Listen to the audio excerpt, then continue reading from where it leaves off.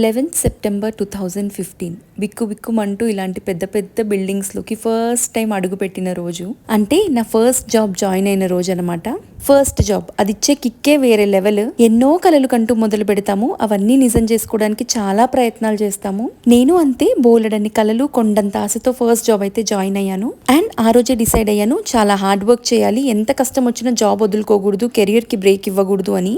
And 10 years down the lane ఈ రోజు ఇలా ఉన్నాను. And I'm so proud of my self. And of course I will take all the credits because నా hard work, నా dedication, నా commitment వల్లే నేను ఇవాళ నిలబడగలిగాను. బట్ ఇదంతా ఈజీగా వచ్చేలేదు. దీని వెనకాల చాలా ఎఫర్ట్స్ పెట్టాను, చాలా హార్డ్ వర్క్ చేశాను, ఎన్ని స్ట్రగుల్స్ ఫేస్ చేశానో నాకు మాత్రమే తెలుసు.